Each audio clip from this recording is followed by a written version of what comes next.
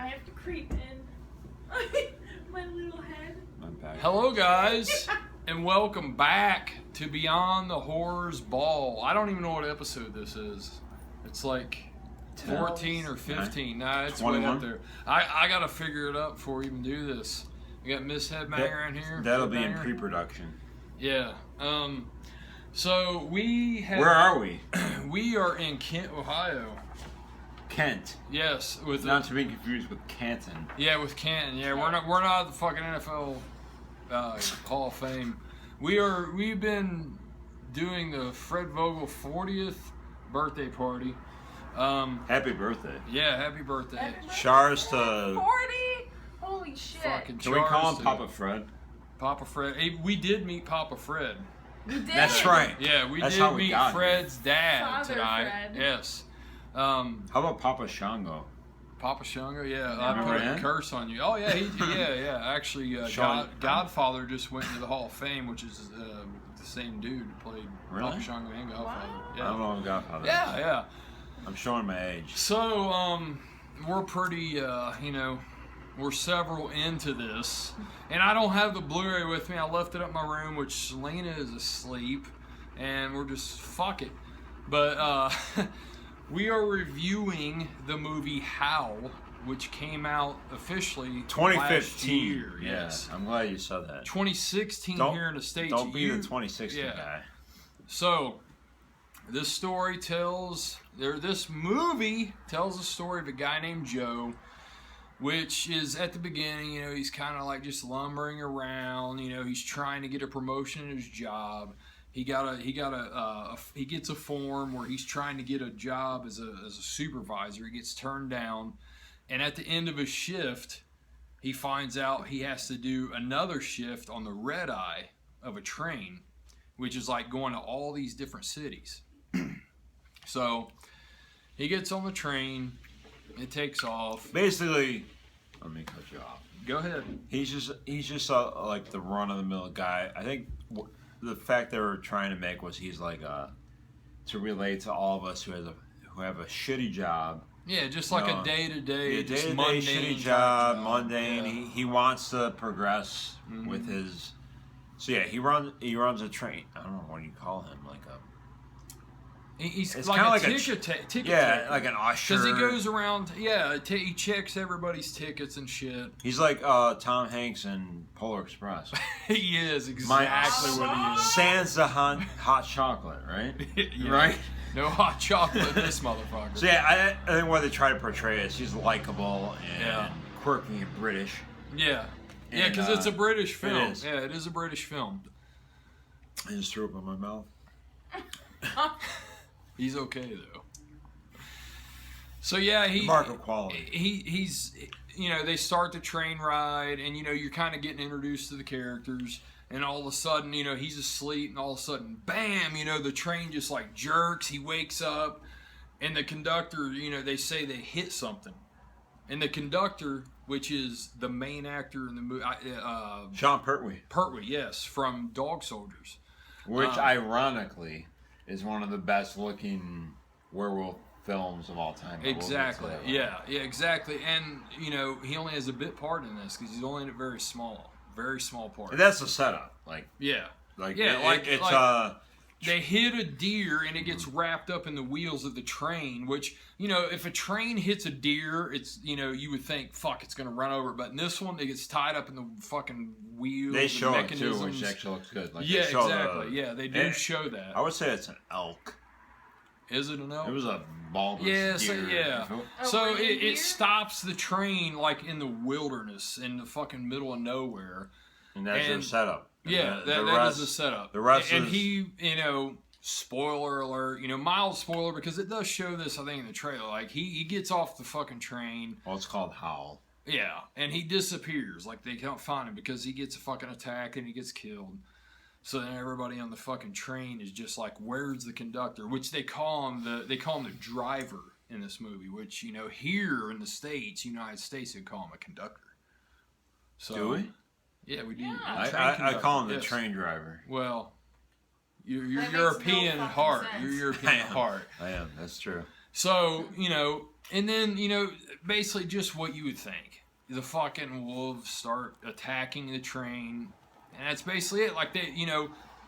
Like, all the characters are trying to figure out what to do, and they decide, okay, we're going to get off and walk. So they get off and they start to walk, and then they start to see shit and hear shit, and they come back, and as they're coming back, the last woman, of course, gets attacked.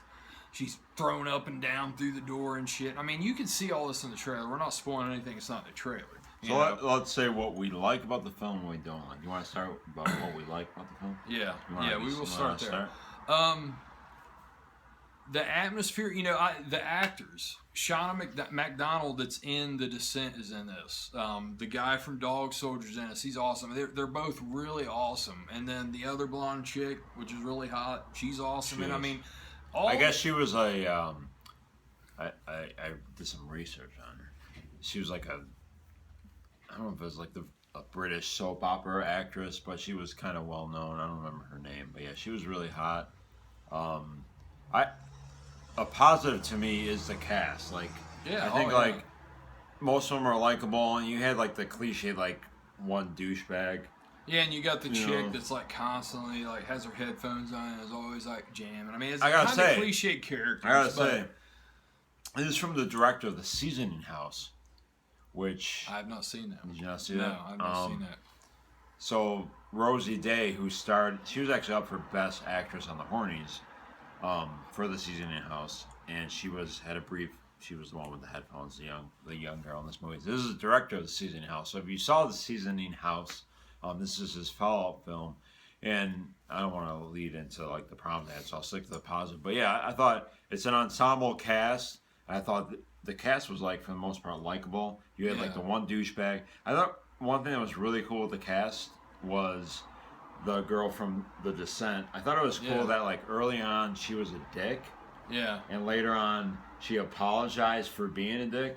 You never see that. That is true. Am I right? Yeah, exactly. Like very rarely in a film do you yeah. see like someone come back and say, "I apologize." Like so kind of redeeming yourself. Like very goes never along. see that. Yeah. Like it's either like typically it's like, okay, these guys are cool, and you got your douchebags. It was cool that she went back. She actually went back to that character and said, "I'm sorry for being a." And that was I thought that was like cool and refreshing. So I think the cast was one of the strong points of the film. Yeah, definitely. Even though he had like the cliche of like asshole. But I thought, like, for the most part, they were helping each other out. The lead guy was, like, who was trying to keep his job. He's trying to do his best, and, like, everyone's trying to help. I thought the cast was really a strong point of the film, I thought. Yeah, and then you get to the part, where, it's really sells itself as the people that did the effects on The Descent. Were they the people that did it? Yes. Really? I didn't know that. And one of the guys that did, I can't remember the guy's name now, but the guy, one of the lead effects guys from The Descent was the director of this film. And that's kind of ironic because that all plays into what our thoughts are on the effects because... So positives are cast, which you would agree, atmosphere. Yeah, because... Yeah, there is like there's a part where the geeky guy with the glasses gets off the train. I love the part where they get off the train because there is some really cool scenes with fog and like when you see the creatures kind of like in the distance and they got the glowing eyes and the way they're walking towards them, and it's like it does have some moments where it gives it's got you some really good vibe. Even like the first kill or some of the early kills, it's all practical. Yeah, like when they find the body of Sean Pertwee. Exactly. They find them. I think there's a second body, but yeah, it's like even on the woman's the first leg half hour. Yeah, right. The shit, first half hour, then you get like a good feel. You're almost like And the thing about a film like this, it's going real good at that point. The thing about this film is it's called Howl. You see the artwork. You know it's a werewolf film. That's not a spoiler. So what do we know about werewolf film? It's all about we're building up to see the werewolves, right? Yeah. And then when you see the werewolves... And now we're going to lead to what? So we like the vibe. We like the cast. Yeah. The film looks great. I got to say, as someone who saw The Seasoning House, like, I feel shitty that I don't remember his name. But anyway, like, his films look great. Like, he has a bigger budget than probably what he should have. Like, even Sean Pertwee was in The Seasoning House, who had a much bigger role. I don't know who he knows or whatever, but like his films look good. They have a big budget vibe to them. The cinematography's good. My problem is, and now seeing 2 of his films, is the script is his big problem. Yeah. And that will lead to also now visually. Yeah. The elephant in the room, if you want to. Yeah, there's. I mean, it as relies, we get to the werewolves, it relies very heavily on CGI, which, you know, you haven't watched the special features. I did watch most of the special features last night, and like, they did use practical effects, like as far as like the entire, like they did put body suits on them, but the problem is. Tell them when I texted you back. The whole fucking face is CGI'd and their legs. And it's like, okay, so that leaves the fucking chest, basically, and the arms. So basically 80% of their body, the Yeah, most because- important part of their bodies are, you know. Yeah, because like when they show even the special features, they're showing the face, and it's like really cheap mask that they're wearing, and they have dots on it, obviously for the CGI placement. And like every time they show the face, it's constantly CGI. And like in the special features, they're always talking about like, yeah, we really went for realism, and you know they keep talking about how scary they look, and it's just like, what? I mean, because it looks really fucking cheap. It's just like, it takes you out of the movie, man. Like everything up to this point, and there's even parts in between that's great. Like I said, because all the stuff when the geeky guy's off the train and he's seeing the shit and he's seeing these creatures. I love when he steps up to the plate. Like, yeah, that was great. And like the glowing eyes, like I love that. Like the fog and everything, like even some of the things in between these parts are great, but it's like every time you see these creatures, it's just like, oh, just fucking takes. I'm not gonna sugar bush this. This don't sugar bush it at all. To sum it up, like this is the penultimate film where you dig everything, and it comes down to what do the werewolves look like, and I'm gonna say it right here, they look like shit. They do. Whether you want special features, you want to say half of it was, they look like CGI shit. It looks like Sci-Fi Channel bullshit. Well, and here's the thing, and it's not like a thing where it's subtle. They show them a lot. The last quarter of the film, these werewolves are in your face a lot, and I actually rewatched this for this review to show how much. I had watched this back in December because I just watched it last night. This was released here in North America recently. Yeah. So some of you could consider this a 2016 film. I consider it 2015 because I brought the Region 2 Blu-ray back in December. So it did not. You guys know how last year was, how I feel about it. It wasn't up for anything, which is a shame. And I rewatched this film when you said you wanted to do a review for it, and I watched it like last night. Yeah. And I actually, leading up until the werewolves, I was like, wow, this is way better than I remember it being. And then I saw the werewolves. And you see that, it's like I said, the big sigh, like, the werewolves look like shit, guys. It's just bad. It looked like, and they just really put it out there a lot. A whole they show lot. them. It's and not it's subtle. like up close, and it's not even like quick cuts. It's like showing you like doing. I mean, it's just like, almost as if they thought it looked great. Well, they obviously probably. Well, and they did because they keep talking about how scary they were on the special features. I'm just like, no, it's not. And it's a shame. Not, and especially with it being people that did the effects on The Descent, because the effects were so good. And they were actually real people. Yeah, and they were talking about how. Oh, you know, we were doing practical, and then we did some CG enhancements. Well, you did more than enhancements because you, like, totally redid their whole face, and it's very obvious. It just doesn't work. I mean, it's a shame because it has so many good things going for it. And then you've got the creatures, which is supposed to be the payoff, the climax, the fucking money shot. And it's like, it brings you out of it, you know? I mean, you have a film that has all this potential to be excellent, and it only ends up being average at best because of the effects of the creatures, you know? I mean... This is my damning synopsis. I took it out of my collection. I mean, I can After see why. watching it the second time last night, like it got yanked. Yeah. Which is a shame because, like I told you, up until that point, I was like, this movie's way better than I remember it being. And then... Yeah, it's a shame. Yeah, it really is, man, because there's just so much potential to it. But you know, if they would have just went that route of The Descent and just did totally practical, and even if they just did it more subtly, like I mean, had they not shown them much and we knew it was CGI, I would have totally accepted that. Well, you know what I mean? 'Cause they just exactly. It's like ballsy. Like here it is. Yeah, and Look at a lot. it. Right. It's like they a just, lot. Right. Especially like the last quarter of the film, they're out there. Yeah. So I have to. If you don't care about if like CGI doesn't bother you, then definitely check out this film out. But even then, though, like you said, though, I mean, it's not even that it's good CGI because CGI, right. I don't mind CGI. Yeah, you're more accepting than I am. Yeah, because like, we're probably. But you know, You'd prefer. I prefer practical effects, but I'm more accepting. Like when it comes to sci-fi, fantasy, superhero movies, I don't mind it. I do, right? Yeah, but when it comes to horror, as I've always said, man, I don't like it in horror. I just don't, because the reason why is I don't think it really fits in that. Where with fantasy, sci-fi, and superheroes, if it's a Spider-Man film, I get it. Yeah, and but also they also have a huger budget, and they can make it look better than what it does in something like in this. Where when you see it in this, it looks like something that's like me or you sitting here, and then I'm taking like a fucking Nintendo 64 head and putting on you. It just doesn't look. Bad, it doesn't look good. Yeah, if that doesn't bother you, I highly recommend this movie. But if you're like us and it ruined, like I think you said, it takes you out of the film. Yeah, it really does. It's a shame because the film looks great. great. It has everything going for it other than that. Like the Seasoning House, like his films look good. They look very. I don't know what the budget is, but I don't know who he knows, but the budgets are pretty solid. But I gotta say too, like the Seasoning House. So I think aside from the CGI, I think his scripts aren't that great. Like he's not a great writer. Needs a little work. Yeah, Seasoning House left something to be desired. Like Rosie Day, who had a decent part in this film.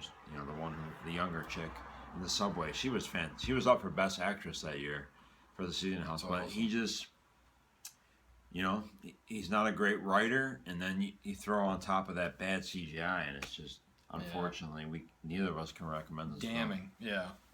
I mean, and it's just such a shame because there's just everything else is going for it. But like I said, you know, when you get to that fucking payoff, that climax, that money shot, that it should get to that level of being great. And it's not a shot. They showed a lot. Oh, exactly. It's more than so. If CGI doesn't bother you guys, I highly recommend this film. Yeah, exactly. If you're like us and that does bother you, then unfortunately, it takes you out of the film. I would agree. Like, I would say, you know, I know you don't do ratings on your channel, and Beyond the Realms, of course, you always do. If it wasn't for those CGI moments, I'd probably give it like an 8 out of 10. But because of that, I'd probably give it like a 4. Like, and that's a shame, man, because that's like a huge drop. You know, everything else is going for it, but it's just like, it just doesn't work because of that, you know. And it is what it is, you know. So that is Howl, which you can get now. Like, I picked it up at Best Buy for $9.99 on Blu-ray. It does look good. Like, the movie overall looks really good. You just, when you get to those CGI moments, you're just going to have to expect, like, sci-fi quality CGI. It's not good. It's not... You know, and they also talk on the special features, like if the CGI elements don't work, the movie fails. And I'm like, well, your fucking movie failed, man, because it doesn't work, you know? They actually said that? Yeah, they do say that on there. Yes, they do say that. And it doesn't fly. So, that is it, Headbanger. Thank you once again, man. Yes. Happy birthday, Fred. Yes, Fred Vogel's 40th birthday bash. And that is what brought us together once again. Go to the Toe Tag website if you Yes. And we got shirts. Actually, we got shirts with this on it too, which is cool. I think they're going to have some available. So yeah, I'm sure they will. So that is it for this episode of Beyond the Horrorsball. Thank you guys very much. Hope you guys enjoyed this, and take care. Chars. Chars. Later. Yeah.